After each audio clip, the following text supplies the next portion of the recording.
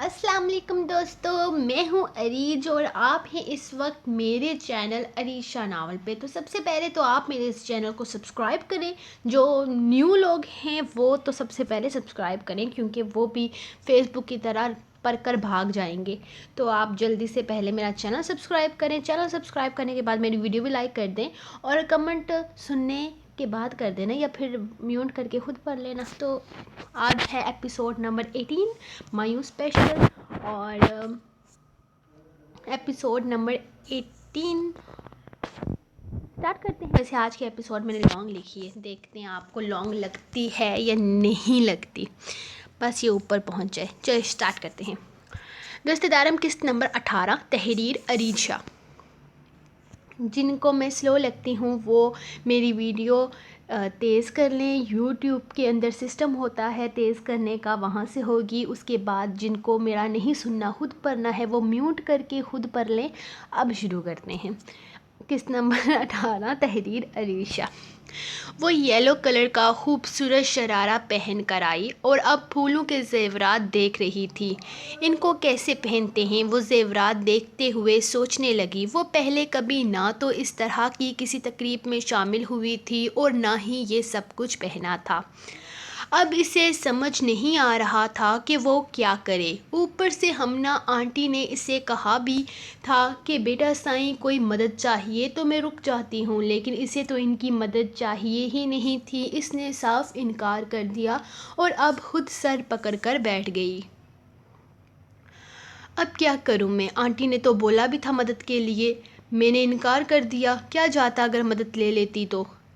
اور اب تو زرین بیگم نے بھی دروازے پر دستک دے کر کہا تھا کہ جلدی یہ سب پہن کر باہر آؤ۔ یہ تو بینگلز ہیں، لیکن یہ کیا ہے؟ وہ کنگن دیکھ کر سمجھ گئی، لیکن تازہ پھولوں سے بنی ماتھا پٹی اس کے لیے نیو تھی۔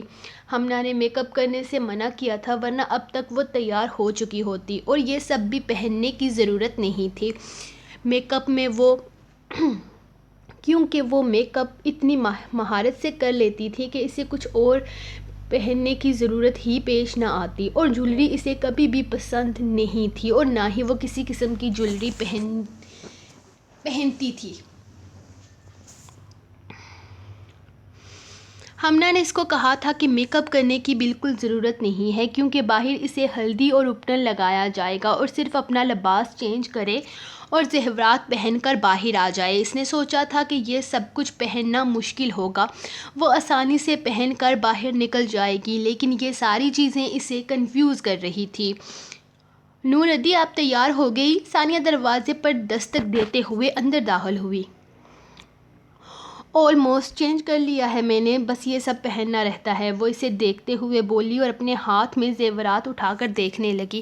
کیا آپ کو میری مدد چاہیے؟ اسے پھولوں کے ساتھ الجھے دیکھ وہ اسے آفر کرنے لگی۔ ویسے تو اسے مدد چاہیے تھی، لیکن اپنی زبان سے کہہ کر لینا اسے پسند نہیں تھا۔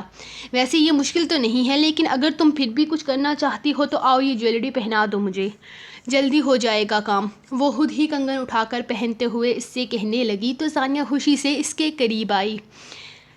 اس نے خود بھی پھولوں کے زیورات پہن رکھے تھے، لیکن اس کے صرف ہاتھوں میں کنگن اور گلے میں ہار تھا، باقی اتنا سب کچھ اس نے نہیں پہنا تھا جو دلہن کے لیے بنوایا گیا تھا۔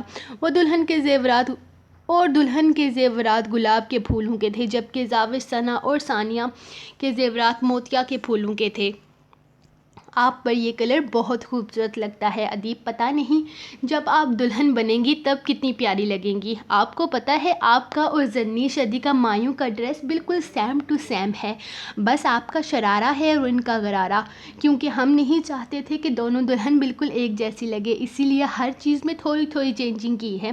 آپ کو پتہ ہے یہ سب کچھ بہت ارجنٹ تیار کروایا گیا ہے، ہمیں تو کسی نے شاپنگ پر بھی نہیں جانے دیا، کیونکہ پہلے نکاح اتوار والے دن تھا، پھر جمعے کو کر دیا گیا، اسی لیے سب کچھ آرڈر پر تیار کروایا گیا ہے، کچھ بھی ہم خرید کر نہیں لائے۔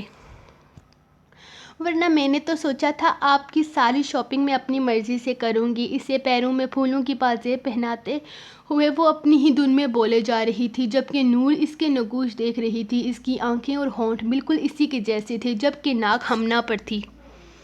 یہاں تک کہ اس کی آواز بھی اس سے بہت ملتی تھی۔ سب کی زبانی اس نے یہی سنا تھا کہ ثانیہ ایک بہت ہی لائق اسٹوڈنٹ ہے، ان کے پورے خاندان میں اس سے زیادہ ہوشیار بچی نہیں تھی، اور گھر کے بڑوں نے مل کر فیصلہ کیا تھا کہ وہ اسے بہت پڑھائیں گے۔ یقیناً یہ اپنی ذہانت سے ان کے خاندان کا نام روشن کرے گی۔ وہ اسے جویلری پہنا کر اب آخری نظر اسے دیکھ رہی تھی کہ کوئی کمی تو نہیں رہ گئی۔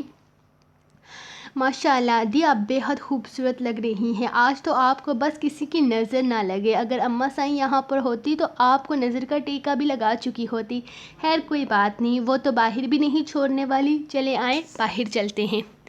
زاوش ادی زری ادی کو تیار کر کے باہر لا چکی ہوں گی اور میں آپ کو لے کر جاؤں گی۔ جب آپ دلہن بنیں گی تب بھی میں دارمدا سے بہت سارا نیک لوں گی۔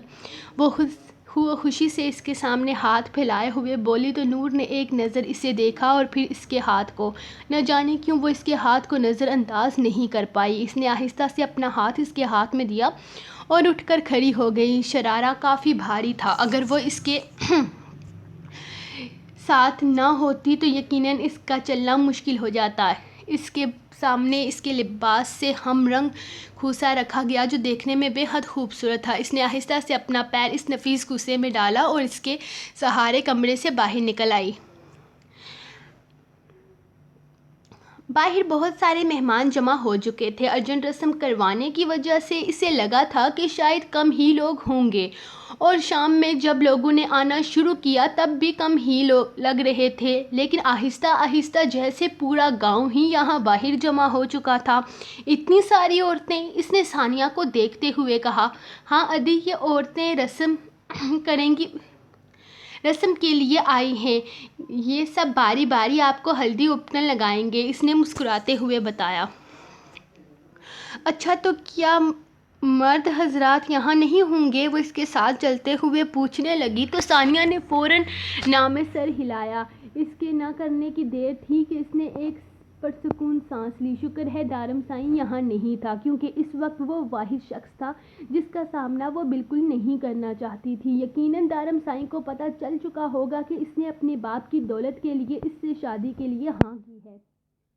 وہ نہیں جانتی تھی کہ گھر میں یہ سب کتنے لوگ جانتے ہیں، لیکن یقیناً یہ سب گھر کی لڑکیوں سے چھپایا گیا تھا، کیونکہ اگر ان میں سے کچھ پتہ ہوتا تو وہ یوں پیار نہ جتاتی۔ زری ادی کو ابھی تک نہیں لایا گیا، کوئی بات نہیں، میں دیکھ کر آتی ہوں، آپ تب تک یہاں بیٹھیں۔ وہ زمین پر بنی ایک خوبصورت جگہ جس کے آگے پیچھے تکیے لگا کر دو لوگوں کی آرام دہ جگہ بنائی گئی تھی، وہاں بٹھا کر خود اندر چلی گئی۔ اسے یہاں پر اکیلے بیٹھنا بے حد عجیب لگ رہا تھا، کیونکہ وہ سب عورتیں اسے دیکھ رہی تھی۔ اس کا دل چاہ رہا تھا کہ وہ اٹھ کر یہاں سے کہیں چلی جائے۔ ثانیہ اسے اکیلے چھوڑ کر چلی گئی تھی اور وہ خاموشی سے نظریں جھکا کر بیٹھ گئی، کیونکہ اسے ایسا محسوس ہو رہا تھا کہ جیسے ان سب کی نظریں اس کے چہرے سے چپک گئی ہیں۔ بیٹا، تم بالکل ریلیکس ہو جاؤ، تمہیں گھبرانے کی ضرورت نہیں ہے۔ یہ سب گاؤں کی عورتیں ہیں، یہ سب باری باری تمہارے ساتھ رسم کریں گی، تمہارے ہاتھوں پر چہرے پر ہلدی اپٹن لگائیں گی، تاکہ جب تم دلہن بنو تب خوب روپ آئے۔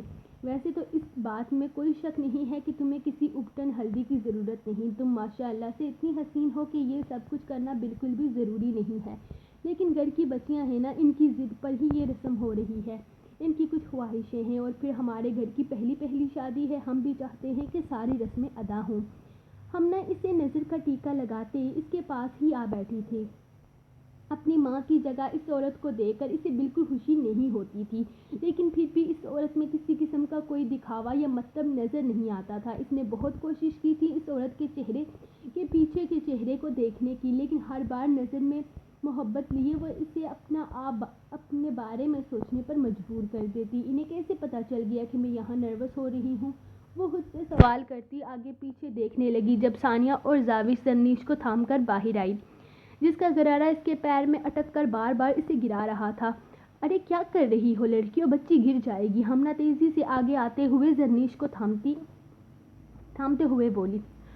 چاچی سائیں، میں اس ڈریس میں بہت انکمفرٹیبل فیل کر رہی ہوں، دوسرا پیلا جوڑا پہن لیتی ہوں، وہ نور کے ساتھ بیٹھتے ہوئے التجا کر رہی تھی۔ بالکل بھی نہیں، یہ ڈریس میں نے بہت دل سے منگوایا ہے، خبردار جو آپ نے اس کو چینج کرنے کی بات بھی کی، آج کی رسم میں میں آپ اسے ہی پہنیں گی، اور اب کون سا آپ نے یہاں سے اٹھنا ہے جو آپ گر جائیں گی، بیٹھیں یہاں آرام سے، زاوش اسے گھورتے ہوئے بولی اور تھوڑے فاصلے پر ڈولکی سنبھال کر بیٹھ گئی، جس پر ثانیہ بھی اس کا خوب ساتھ دے رہی تھی۔ ثنا کدھر ہے لڑکیوں؟ وہیں پر آ کر بیٹھتی بڑی بیوی ان سے سوال کرنے لگی۔ ثنا دی کو بہت تیز بخار ہے اور صرف رسم کرنے کے لیے آئی ہیں، زاوش بتا کر پھر سے اپنی مستی میں لگ گئی، جبکہ نور پریشانی سے ثنا کو سوچنے لگی تھی۔ وہ جانتی تھی اس وقت وہ بہت تکلیف سے گزر رہی ہے اور اسے افسوس تھا کہ اس کی تکلیف کی وجہ وہ ہے۔ اس وقت اس کا کسی بھی رسم میں شامل ہونے کا کوئی ارادہ نہیں تھا۔ کل رات سے اسے سخت بخار تھا، لیکن پھر بھی ان رسموں کو نظر انداز نہیں کر سکتی تھی کیونکہ یہ اس کے بھائی کی خوشیوں کا سوال تھا۔ وہ اپنے بھائی سے بے حد محبت کرتی تھی، صرف یہی وجہ تھی کہ وہ اس وقت اٹھ کر تیار ہو رہی تھی۔ دارم شاہ کو اب ملنا صحیح، لیکن کبھی نہ کبھی تو اس کا ہونا ہی تھا، کیونکہ وہ جانتی تھی کہ دارم شاہ جیسے شخص کا ڈرے نور جیسی لڑکی سے رشتہ نبھانا ناممکن ہے۔ آج نہیں تو کل دارم شاہ اس کا ہو جائے گا، یہ اس کا یقین تھا، اور نور کے لیے وہ کبھی بھی اپنے بھائی کی خوشیوں کو نظر انداز نہیں کر سکتی تھی۔ ابھی وہ تیار ہو رہی تھی کہ اس کا فون بجنے لگا۔ بہت عرصے کے بعد اپنے فون پر عارش کا نام چمکتے دیکھ اس کے چہرے پر مسکراہٹ بکھر گئی۔ السلام علیکم کزن سائیں، کیسی ہو؟ وہ کیا ہے نا، ایک خبر میرے کانوں میں اڑتی اڑتی پہنچی ہے، پلیز اس پر ہاں یا نہ کی مہر لگا دو کہ مجھے سکون مل جائے۔ اس کا ہمیشہ کی طرح شرارت چھلکتا لہجہ اس کی سماعتوں سے ٹکرایا۔ بتاؤ اب کیا سن لیا تم نے؟ وہ کانوں میں موتیے کے خوبصورت پھولوں کا جھمکا پہنتے موبائل فون کو اسپیکر پر لگا چکی تھی۔ میں نے سنا ہے کہ میری دعائیں قبول ہو رہی ہیں، آخر اللہ کو رحم آ ہی گیا مجھ پر۔ کیا کہتی ہو؟ وہ پرجوش ہو کر بولا تو ثنا نے غصے سے فون کو گھورا۔ یہ بکواس کرنے کے لیے فون کیا ہے تم نے؟ وہ بے حد غصے سے بولی۔ ہاں نا، میں نے تو یہی بکواس کرنے کے لیے فون کیا ہے کہ اللہ تعالیٰ نے میری دعا قبول کر لی ہے، اور سنا ہے کہ دارم ادا کی بیوی ان کے پاس آ گئی ہے ہمیشہ کے لیے، اور ان کی شادی ہونے جا رہی ہے۔ پلیز بتاؤ نا، کیا یہ سچ ہے؟ اگر یہ سچ ہے تو مجھے شکرانے کے نوافل بھی ادا کرنے ہوں گے۔ آخر میرے مولا نے میری سنی ہے، بے شک وہ دل سے مانگی ہوئی دعاؤں کو رد نہیں کرتا۔ اس کا انداز شرارت سے بھرپور تھا اور وہ جان بوجھ کر اس کا دل جلا رہا تھا۔ اگر میری شادی دارم سائیں سے نہیں ہوئی نا عرش، تو یہ بھی تم سے بھی کبھی نہیں ہوگی، یہ بات یاد رکھنا۔ وہ غصے سے کہتی فون بند کر چکی تھی، جبکہ اس کی بات سننے کے بعد دوسری طرف سے لگنے والا کہکا فون بند ہونے سے پہلے اس کی سماعتوں سے ٹکرایا، جو اسے مزید آگ لگا گیا۔ اسے یقین تھا اب عارش پھپھو سائیں تک دل کی بات پہنچانے میں بالکل دیر نہیں کرے گا، اور ثنا ایسا ہرگز نہیں چاہتی تھی۔ ادھی آرام سے بیٹھی رہو نا تھوڑی دیر، کنٹرول کرو، کچھ نہیں ہوتا۔ زرنیش نے زاوش کے کان میں کچھ کہا تو وہ اسے گھورتے ہوئے سمجھانے لگی۔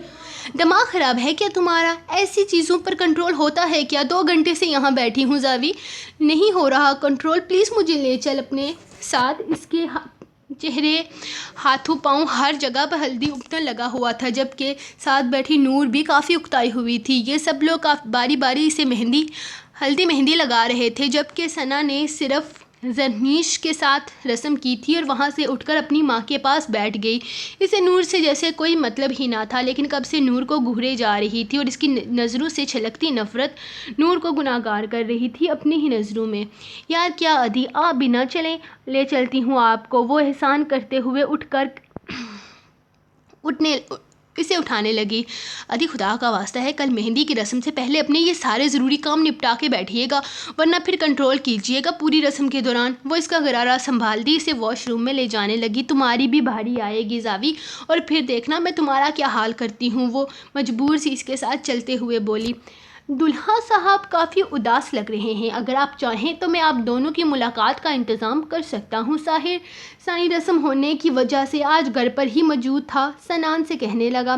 وہ دونوں بالکل اکیلے بیٹھے تھے، کیونکہ آج جو رسم ہونے جا رہی تھی وہ صرف عورتوں کی تھی، اور بابا سائیں اور چاچا سائیں نے انہیں فضول میں گھر پر بٹھا دیا تھا، جبکہ دارم سائیں تو اپنے کسی اہم کام کے لیے جا چکے تھے اور دونوں کمرے میں کافی بیزار لگ رہے تھے۔ کیا مطلب ہے ملاقات؟ ہم دونوں ایک ہی گھر میں رہتے ہیں، ملاقات کی کیا ضرورت ہے؟ ویسے بھی تو کل رسم ساتھ ہی ہوگی۔ وہ اس سے کہہ کر اپنے موبائل پر مصروف ہو گیا۔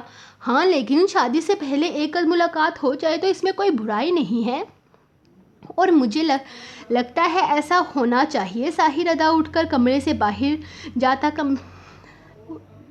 اٹھ کر کھڑا ہوتا کمرے سے باہر نکل گیا، جبکہ سنان بنا کچھ بولے دوبارہ اپنے موبائل پر مصروف ہو چکا تھا۔ نہ جانے کیوں اسے لگ رہا تھا کہ کچھ گڑبڑ ہے۔ سنان اپنی شادی میں ذرا سا بھی دلچسپی نہیں لے رہا تھا اور یہ بات اسے پریشان کر رہی تھی۔ کچھ تو تھا جو وہ چھپا رہا تھا، لیکن کیا یہ سمجھنا مشکل تھا۔ سنان کافی ہنسمکھ اور شرارتی طبیعت کا مالک تھا، وہ چپ چاپ یوں بیٹھ جائے گا یہ تو ممکن ہی نہیں تھا۔ اپنی شادی کو لے کر وہ ذرا بھی خوش نظر نہیں آ رہا تھا اور یہ چیز اسے کنفیوز کر رہی تھی۔ کیا وہ اپنی شادی پر اپنی مرضی سے تیار ہوا تھا یا یہ صرف بڑوں کا فیصلہ تھا؟ جو بھی تھا، شادی تو ہو رہی تھی، پرسوں نکاح تھا اور ظاہر یہی چاہتا تھا کہ سنان یہ شادی پوری رضامندی اور دلی خوشی سے کرے۔ وہ اپنی ہی سوچ میں چلتے باہر کی جانب آیا تو زاوش اسے واش روم کے باہر کھڑی نظر آئی۔ یلو کلر کے خوبصورت سوٹ میں موتیے کے زیورات میں وہ بے حد پیاری لگ رہی تھی، لیکن سائیں کو وہ کبھی بھی پیاری نہیں لگ سکتی تھی۔ تم یہاں پر ہو بے وقوف لڑکی، وہاں پر مہمان کب سے چائے کا انتظار کر رہے ہیں، جلدی سے ملازمہ کو کہو کہ چائے لے کر جائے۔ ظاہر اچانک اس کے سر پر سوار ہوتے ہوئے بولا تو وہ دل پر ہاتھ رکھ کر اچھل کر رہ گئی۔ ظاہر ادا، آپ نے ڈرا دیا مجھے۔ وہ زرنیش ادھی اندر ہیں، انہیں باہر آنے دیں، پھر وہ بچی نہیں ہے، خود نکل آئے گی۔ تم جاؤ مہمانوں کو دیکھو، وہ گرجدار آواز میں بولا تو زاوش بوتل کے جن کی طرح وہاں سے غائب ہوئی تھی۔ بہن اسے بے حد پیاری تھی، لیکن اپنی جان بھی اسے بہت عزیز تھی۔ سنان سائیں باہر آؤ، کسی کو تمہاری مدد کی بے حد ضرورت ہے۔ وہ اس کا ہاتھ تھامے اسے گھسیٹتے ہوئے کمرے سے باہر نکالنے لگا۔ وہ خود دروازے پر ہی رک گیا۔ یہ کون سا طریقہ ہے مدد کا؟ تم بھی تو مدد کر سکتے ہو یار، مجھے کیوں بیچ میں گھسیٹ رہے ہو؟ تم جانتے ہو نا وہاں نیچے لڑکے عجیب قسم کی بکواس کر رہے ہیں، اتنی مشکل سے وہاں سے جان چھڑا کر آیا ہوں اور پھر سے بٹھا لیں گے مجھے نہیں بیٹھنا ان کے ساتھ۔ وہ سمجھاتے ہوئے بولا، میں اس کی مدد نہیں کر سکتا کیونکہ اس کے ہونے والے شوہر تم ہو۔ وہ اسے آگے کی جانب دھکا دیتے ہوئے سمجھانے لگا، جبکہ سامنے سے آتی زرنیش اپنے غرارے کو مشکل سے سنبھالتی چلنے کی ناکام کوشش کر رہی تھی۔ وہ زرنیش کو دیکھنے میں مصروف تھا جب اس کا کمرے کا دروازہ اسی کے منہ پر ٹھا کر کے بند کر دیا گیا۔ ظاہر سائیں کو نظر انداز کرتے اس نے آہستہ سے زرنیش کی جانب قدم بڑھائے تھے۔ وہ اپنے ہی غرارے میں الجھتی گرنے ہی والی تھی کہ اس نے تیزی سے آگے بڑھتے ہوئے اسے تھام لیا۔ اپنے سامنے اچانک ظاہر کو دیکھ کر اس کے دل کی دھڑکنیں بے ترتیب ہو رہی تھی، جبکہ وہ اس کا ہاتھ تھامے اسے کندھے سے پکڑ کر سہارا دینے لگا۔ اگر چلا نہیں جا رہا تو یہ ڈریس پہننے کی ضرورت کیا تھی؟ کوئی سمپل ڈریس پہن لیتی۔ وہ اس کے ساتھ ساتھ چلتا بے حد نرمی سے بولا۔ اس کا نازک سا ہاتھ اس کی مضبوط ہتھیلی میں قید تھا، جبکہ اپنے دل کو تو وہ اپنی ہتھیلیوں میں دھڑکتے ہوئے محسوس کر رہی تھی۔ زاوش کی ضد تھی۔ وہ مدھم آواز میں بولی تو سنان مسکرا دیا۔ کوئی بات نہیں، کافی پیاری لگ رہی ہو۔ اس کی بات پر سر ہلاتے ہوئے وہ نارمل انداز میں بولا، جبکہ اس کا یہ جملہ زاوش کے دل میں پھول کھلا چکا تھا۔ آپ یہیں چھوڑے، میں آگے خود چلی جاؤں گی، وہاں پر بیٹھی عورتیں باتیں کریں گی۔ وہ باہر رکتے ہوئے کہنے لگی تو سنان نے اس کی بات کو سمجھتے ہوئے ہاں میں سر ہلایا۔ کیسے جاؤ گی؟ آگے میں چھوڑ آتا ہوں، اور جو باتیں کرتے ہیں کرنے دو، کسی کی باتوں سے کیا ہو جائے گا؟ ویسے بھی ہماری شادی ہونے والی ہے، پرسوں تم میرے نکاح میں آ جاؤ گی، اور پھر کیا ساری زندگی ان لوگوں کی باتوں پر دھیان دیتی رہو گی یا مجھ پر بھی غور کرو گی؟ اس کی بات پر زرنیش کے گال سرخ ہونے لگے تھے۔ وہ اسے یوں ہی تھامے حال میں لے آیا۔ زرنیش نے سر جھکا لیا۔ پتہ نہیں لوگ کیا باتیں کریں گے، لیکن اپنے ہونے والے ہم سفر کے ساتھ یہ سفر بے حد حسین تھا۔ جبکہ سنان کے کمرے کے دروازے پر کھڑا ظاہر نے پرسکون سانس لیا تھا۔ شاید اس کا اندازہ غلط تھا، ظاہر بھی اس شادی سے خوش تھا۔ یہ رہی ایپیسوڈ مایو اسپیشل میں ایپیسوڈ 1 تو جناب آ گئی ہے 18ویں، جو کہ ایک کپل کا سین تو ہے، لیکن ہمارے دارم سائیں کے ساتھ تو بڑی زیادتی نہیں ہو گئی، یا اس ایپیسوڈ میں دارم کا نام و نشان بھی نہیں ہے۔ تو میرے خیال میں اگر آپ لوگ 300 350 لائکس تک آج ہی بات لے جائے تو میں سرپرائز کا کوئی انتظام کرتی ہوں، خیر آپ کی مرضی، اگر آپ لے جائیں تو میں سرپرائز کا انتظام کر سکتی ہوں، جس میں آپ کو میں بھی نور اور دارم کا رومانس مل جائے، تو اب آپ لوگوں کی مرضی ہے۔